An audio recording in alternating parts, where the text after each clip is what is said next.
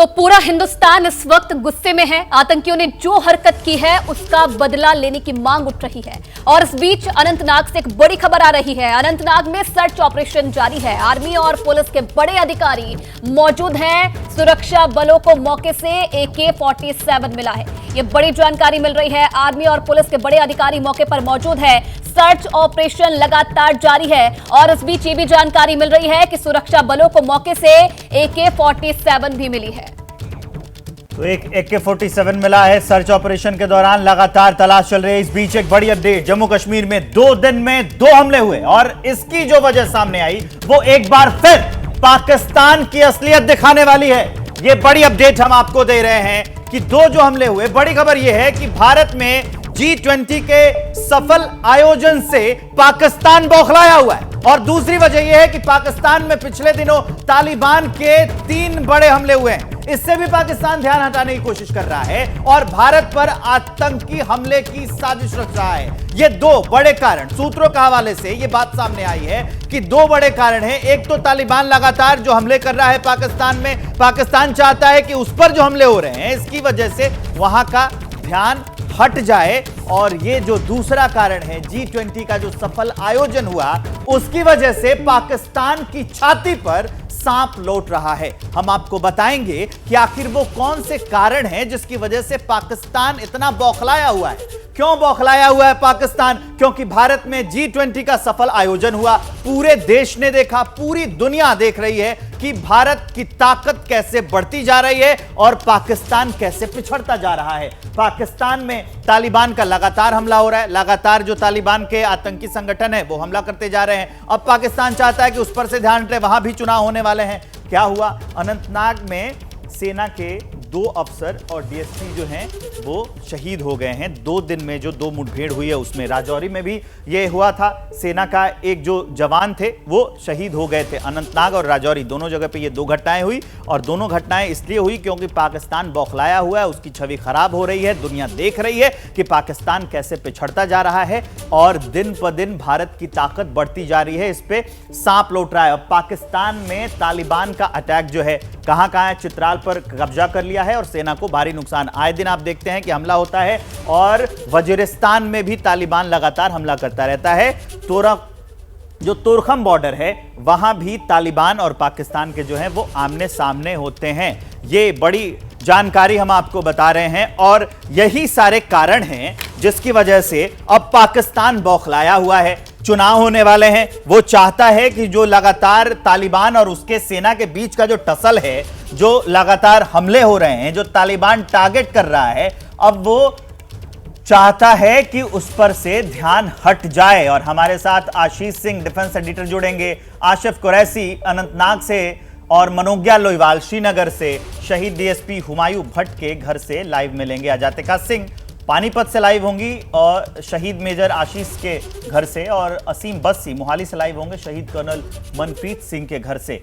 सबसे पहले आपको लिए चलते हैं आसिफ कुरैशी के पास। आसिफ, अपडेट दे दीजिए। पिछली बार जो आप बता रहे थे कि सर्च ऑपरेशन लगातार जारी है, 2 स्टेप में सर्च ऑपरेशन किया जा रहा है, ये भी आपने जानकारी दी थी। अब सर्च ऑपरेशन कहां पहुंचा है, क्या जानकारी मिली है? अपडेट ताजा।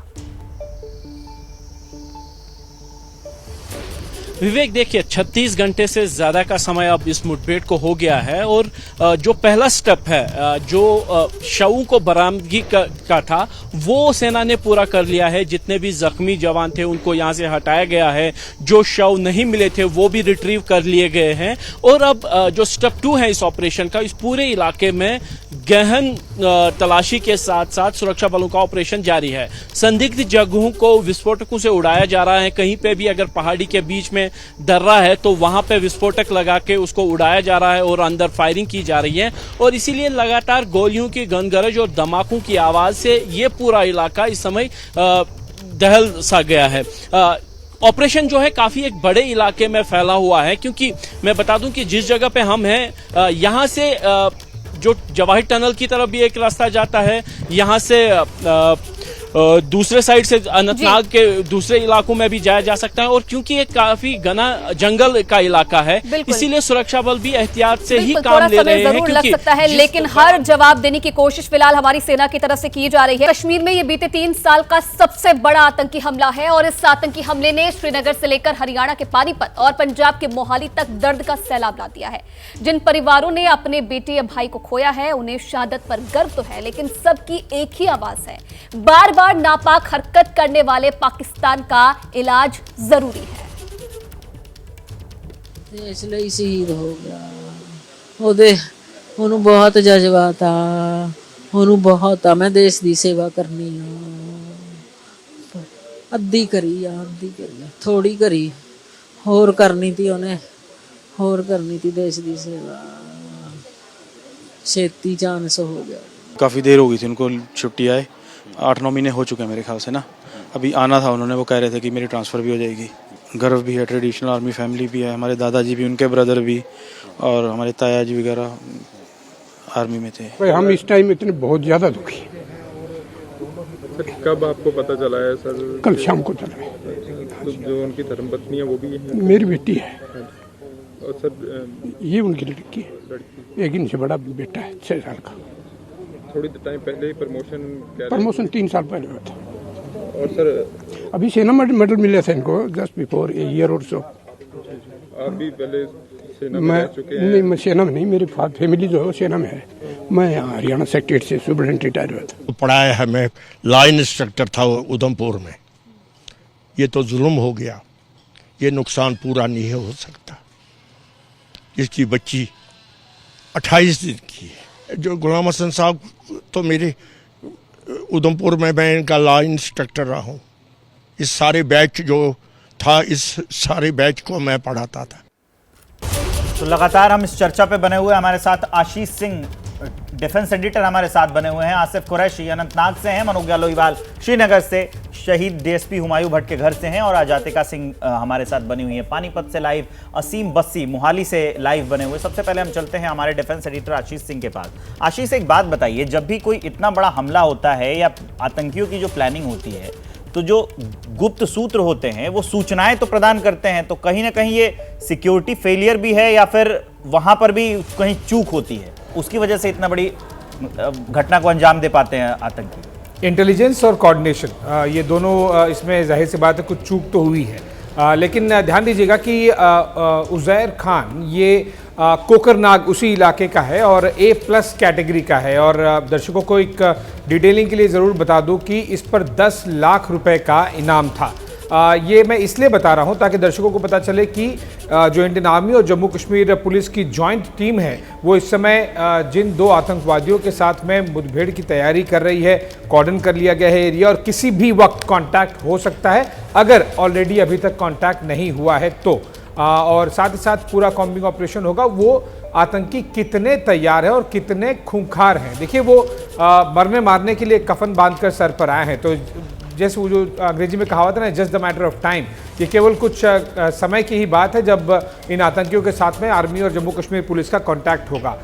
कमिंग बैक टू जो आपने मेन प्रश्न पूछा, देखिए जो इन्फॉर्मेंट्स होते हैं वो कई बार डबल एजेंट के तौर पर निकल आता है और इस केस में ऐसा लग रहा है। हालांकि प्राइमरी एम अभी आर्मी का और जम्मू कश्मीर पुलिस का यही होगा कि किसी तरह से वो पहले इन दोनों आतंकवादियों को जल्द से जल्द न्यूट्रलाइज करें, उसके बाद में कहाँ चूक हुई, कैसे चूक हुई, क्यों चूक हुई और क्या उस चूक अगर हो भी गई तो उसे किस हद तक संभाला जा सकता था, क्योंकि ये एक रेयर इंसिडेंस है। हम जनरली ये नहीं देखते हैं कि जम्मू कश्मीर पुलिस और इंडियन आर्मी के ऑपरेशन में, एक जॉइंट ऑपरेशन में 3 के 3 अफसर एक साथ शहीद हो जाएं और ये एक बड़ा झटका भी है, लेकिन इससे काफ़ी कुछ सीखने और समझने की भी ज़रूरत है। फिलहाल फोकस होगा इन दोनों आतंकियों को, विशेष तौर पर उज़ैर खान को किस तरह से जल्द लोकेट करके न्यूट्रलाइज किया जाए। जो तस्वीरें हम दर्शकों को दिखा रहे हैं उन तस्वीरों से भी दर्शकों को अंदाज़ा लग जाएगा कि ये इतना आसान ऑपरेशन होता नहीं है कि आप 400 नहीं 500 लोग भेज दीजिए और पूरी तरह से घेर लीजिए। ये पहाड़ी दुर्गम इलाके होते हैं और यहाँ पर जनरली रास्ते भी नहीं होते हैं, हेलीकॉप्टर से पैरा ड्रॉप किया जाता है कमांडोज को। इनफैक्ट जब आप इस तरह से एरिया को पूरे कॉर्डन ऑफ करते हैं तो आपको लेयर बाय लेयर्स रेडियस के हिसाब से एक सर्कल अंदर, फिर एक सर्कल अंदर, सब कोम्बिंग, जिसे एग्जैक्टली कोम्बिंग ऑपरेशन कहते हैं, वो करते हुए आपको अंदर जाना। और ये ध्यान रखना है कि वो दोनों आतंकी तैयार हैं और तैनात हैं और वेट कर रहे हैं कि अब कांटेक्ट होगा। घेरने की तैयारी और इसलिए ऑपरेशन अभी चल रहा है सेना का। असीम बस्ती मोहाली से लाइव हमारे साथ जुड़े हुए हैं शहीद कर्नल मनप्रीत सिंह के घर से, उनसे अपडेट ले लेते हैं। असीम, सबसे पहले अपडेट दीजिए, क्या शहीद कर्नल मनप्रीत का जो पार्थिव शरीर है क्या पहुंच चुका है उनके घर पर? जी नहीं, अभी तक तो जो पार्थिव शरीर है वो नहीं आया। कर्नल मनप्रीत सिंह के घर जो है आने जाने वाले लोग लगातार जारी हैं। आप देख सकते हैं पूरा गमगीन माहौल है, दुख का माहौल है। इस गांव की एक काफ़ी ज़्यादा फौजी हैं इस गांव से, और इनकी अपनी फैमिली जो है ट्रेडिशनल आर्मी फैमिली है। इनके पिताजी भी फ़ौज में थे, दादाजी भी फ़ौज में थे, और आप देख सकते हैं ये इनके माताजी हैं जो हरे लिबास में आपको नज़र आ रहे हैं। उनके साथ इनके सिस्टर इन लॉ हैं, लेकिन और किसी सुबह से यही है। लेकिन जहाँ तक कि पार्थिव शरीर की बात है वो यही कहा जा रहा है कि देर शाम या तो फिर सुबह होगा, क्योंकि आई थिंक जो बॉडीज़ रिट्रीव हुई हैं वो लेट हुई हैं, और वही कारण है कि जो है जो ये सारी चीज़ में लेट हुए हैं। और मुझे लगता है कि ये जो माहौल है ये एक बहुत शॉकिंग माहौल है इस पूरे गांव के लिए। यहाँ से काफ़ी फ़ौज के लोग हैं, और जितने भी लोग यहाँ पे इकट्ठे हुए हैं उनको लगता है कि बहुत ज़्यादा, उन्होंने कहना है कि उनको सल्यूट है, इतनी ब्रेवरी दिखाई है मनप्रीत सिंह ने, और जिस तरह मुकाबला किया आतंकवादियों का। लेकिन जहाँ तक की डेड बॉडी की बात है वो कल तक आएगी, और यही कहा जा रहा है कि जो क्रिमेशन होगा वो भी उनका जो एंसेस्ट्रल विलेज है जहाँ हम खड़े हैं मोहाली में, फरौंजिया विलेज है, फरौंजिया इसको कहते हैं, वहाँ पे होगा। इनके जो इन लॉज हैं वो पंचकुला में हैं, हरियाणा में पढ़ते हैं, लेकिन ये खुद जो है मनप्रीत सिंह वो इस गाँव में पैदा हुए, यहाँ ही बड़े हुए, यहाँ से पढ़ लिख के उन्होंने शुरू से सपना था फ़ौज में जाने का। और उनकी माताजी से भी हमने बात की थी, जो कहते थे कि उनके गर्व है, उनको देश की सेवा की और भी सेवा करनी थी, लेकिन ये बहुत गलत हुआ जो उनके साथ हुआ। जी हाँ, गम तो है ही, लेकिन जहाँ तक कि ये बात है, हमारे साथ उनके चाचा जी हैं, जो गम तो है ही, लेकिन गर्व की बात भी है गांव की। बिल्कुल सर, गम तो इतना है कि मतलब कहा नहीं जा सकता। उनकी मदर का क्या हाल है, मतलब गम की तो ऐसा है कि जैसे पहाड़ है, तो पर ऐसी है भी, मतलब गर्व की बात तो बहुत बड़ी बात है, मतलब पूरे गांव के लिए हमें तो गर्व भी ऐसा है कि वो ऐसा शहादत पा गए हैं कि मतलब पीढ़ियों तक, और रहती उसमें तक हमें, रहती पीढ़ियों तक हमें वो रहेगा, एक मिसाल बन के रहेंगे। एक पाकिस्तान के खिलाफ बहुत गुस्सा उमड़ा है, प्रोटेस्ट भी हो रहे हैं, तो परिवार कैसे सोचता है? हमें मतलब जैसे सारा इंडिया ही सोचता है वैसे तो, कि ऐसी मुठभेड़ में जैसे हमारे मतलब आर्मी के या सिविलियन के वो नुकसान करते हैं, तो ये जो नुकसान हुआ है हमारे देश के लिए, देश की आर्मी का, ये भी बहुत बड़ा नुकसान है, क्योंकि हाई लेवल के ऑफिसर्स का ये शहीदी हुई है। तो और वो भी एक नहीं, मतलब कई ऑफिसर इकट्ठा शहीदी पा गए हैं। तो उसके लिए हमें तो है कि ज़रूर इसका कुछ एक्शन लेना चाहिए, मतलब जैसे पहले भी सर्जिकल स्ट्राइक हुआ है, कुछ ऐसा, मतलब इसके भी जवाब में कुछ होना चाहिए। तो आप सुन सकते हैं किस तरह परिवार के लोग हैं जो उनके चाचा जी थे कर्नल मनप्रीत के, कि जिस तरह पहले सर्जिकल स्ट्राइक हुआ वैसा ही कुछ एक्शन दोबारा होना चाहिए, ताकि पाकिस्तान को एक मुंहतोड़ जवाब मिल सके। जो हमारे इतने फौजी जो हैं शहीद हुए हैं, पुलिस अफसर शहीद हुए हैं, उसका एक जवाब मिल सके, मुंहतोड़ जवाब दिया जाए। शहीद मनप्रीत के घर से हम आपको दिखा रहे थे, वहाँ का हाल बता रहे थे। अब आपको लिए चलते हैं पानीपत, वहाँ है अजातिका वहाँ से क्या अपडेट है? जी बिल्कुल विवेक, मैं आपको पानीपत से ही मेजर आशीष के घर की तस्वीरें दिखा रही हूँ। और जैसे कि आपने अपडेट पूछा, मैं आपको बता दूँ, अब से कुछ मिनट पहले पानीपत के विधायक प्रमोद कुमार विज यहाँ पर पहुँचे और परिवार से मिले, सांत्वना दी, साथ ही साथ ये आश्वस्त भी किया कि इस तरह की घटना आगे नहीं होगी। प्रधानमंत्री द्वारा कड़े कदम उठाए जाएंगे और सिर्फ आश्वासन से काम नहीं चलाया जाएगा। आप इस वक्त तस्वीरें देख रहे हैं, मैं आपको परिवार की एक बार फिर से तस्वीरें दिखा देती हूँ उन दर्शकों के लिए जो अब हमारे साथ में जुड़े हैं। लगातार जो परिवार है उनके रिश्तेदार आते जा रहे हैं मिलने के लिए, क्योंकि गम का माहौल है। हर कोई, जो आसपास के लोग भी हैं, जो जानने वाले हैं, जैसे उन्हें खबर मिल रही है, चाहे आस पड़ोस के हों या दूर से हों, मेजर आशीष के परिवार को सांत्वना देने के लिए लगातार वो पहुंचते जा रहे हैं। बड़ी संख्या में लोगों के आने का जो सिलसिला है वो सुबह से ही लगा हुआ है और आंसू रुकने का नाम नहीं ले रहे हैं। जैसे कि हमने आपको तस्वीरें सुबह भी दिखाई थी, आशीष के पिताजी की। मेजर आशीष के पिताजी का रो रो कर बुरा हाल है, उनकी माताजी का बुरा हाल है और मीडिया के सामने अब तक उनकी पत्नी और उनकी छोटी बच्ची हमें नहीं देखने को मिली है। ज़ाहिर तौर पर इस गम के माहौल में हम भी नहीं चाहते कि हम जाएं उनके पास और उनसे इस गम के माहौल में उनको परेशान करें। लेकिन इसी के साथ में देखिए ये भी जानकारी मिल रही है जो मेजर आशीष का जो पार्थिव शरीर है वो आज आना मुश्किल है, वो कल सुबह या दोपहर तक पहुंच सकता है। हालांकि सूत्रों के हवाले से खबर मिली है और ऑफिशियल कॉन्फर्मेशन फिलहाल परिवार को नहीं मिल पाया है, लेकिन विधायक द्वारा और सूत्रों द्वारा ये खबर फिलहाल ज़रूर मिली है। इसी के साथ में देखिए विवेक, मैं आपको तस्वीरें दिखा देती हूँ। ये वो जगह है जहाँ पर मेजर आशीष अपने परिवार के साथ रहते थे। ये खूबसूरत सा घर, लेकिन ये किराए पर है और अपना घर वो ले चुके थे। अपने घर में गृह प्रवेश वो 23 अक्टूबर को करने वाले थे। खुशी का माहौल था, सेलिब्रेशन के लिए जो पूरा परिवार है वो इंतज़ार कर रहा था। 23 अक्टूबर को ही मेजर आशीष का जन्मदिन भी था। जाहिर तौर पर जो पूरा परिवार है वो उस पल का इंतजार कर रहा था जब वो अपने घर में भी शिफ्ट होंगे। शोक में डूबा हुआ है, देश भी शोक में डूबा हुआ है। हमें धैर्य बनाकर रखने की जरूरत है। सर्च ऑपरेशन लगातार चल रहा है। अनंतनाग की घटना पर सियासत भी गर्मा गई है। विपक्षी दलों ने मोदी सरकार पर निशाना साधा है। आतंकवाद खत्म नहीं हुआ है, फारूक अब्दुल्ला का यह कहना है। और शहादत पर प्रधानमंत्री मोदी आखिरकार चुप क्यों हैं? कांग्रेस की तरफ से यह सवाल दागे गए हैं। बड़ी जानकारी, अनंतनाग में जिस तरीके से घटना हुई उस पर अब सियासत भी देखी जा रही है। विपक्षी दलों ने मोदी सरकार पर निशाना साधा है।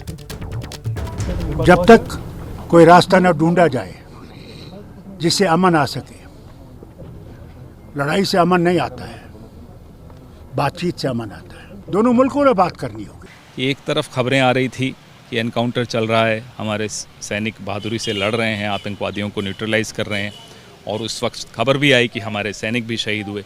उसके बावजूद भारतीय जनता पार्टी मुख्यालय में सेलिब्रेशंस चलती रही। प्रधानमंत्री को लोग गुलाब दे रहे हैं, वाहवाही हो रही है, तालियां बज रही हैं। ये देखकर अफसोस हुआ। हमारे प्रधानमंत्री के ऊपर भारतीय जनता पार्टी के कार्यकर्ता फूल बरसा रहे, लेकिन उसी वक्त कश्मीर में टेररिस्ट हमारे जवानों के ऊपर गोलियां बरसा रहे थे। आपको दुख नहीं होता ये सब देखकर सुनकर? ब्राजील के एक फुटबॉलर के लिए भी प्रधानमंत्री जी का ट्वीट आ जाता है। कल से लेकर आज तक उनके जश्न की खबरें तो आ रही हैं। हमारे सेना के 3 अधिकारी अपने प्राणों की आहुति इस देश के लिए देते हैं। एक संवेदना का ट्वीट प्रधानमंत्री जी की ओर से नहीं आया। वो मैं विजुअल्स देख रहा था, एक तरफ अनंतनाग के विजुअल्स, एक तरफ इनके पार्टी दफ्तर के विजुअल्स। ये कौन सी परिपाटी कर रहे हैं? विपक्ष के ताबड़तोड़ हमले पर बीजेपी के नेताओं की तरफ से भी पलटवार हुआ है। बीजेपी के नेता कह रहे हैं कि यह वक्त राजनीति का नहीं है, बल्कि वक्त आने पर पाकिस्तान को मुंहतोड़ जवाब दिया जाएगा। जब तक हम अलग थलग नहीं करेंगे पाकिस्तान को, नहीं तो उनके लिए बिजनेस एज नॉर्मल। हाँ जी ठीक है, अगर उसके ऊपर दबाव डालना है तो उसको अलग थलग करना पड़ेगा। उनको पता चलना चाहिए कि आप नॉर्मल चीज़ों के अंदर हमारे साथ रिश्ता तब तक नहीं कर सकते जब तक आप खुद नॉर्मल नहीं हो। ऐसी घटनाओं पर भी राजनीति करने से बाहर नहीं आ रहे।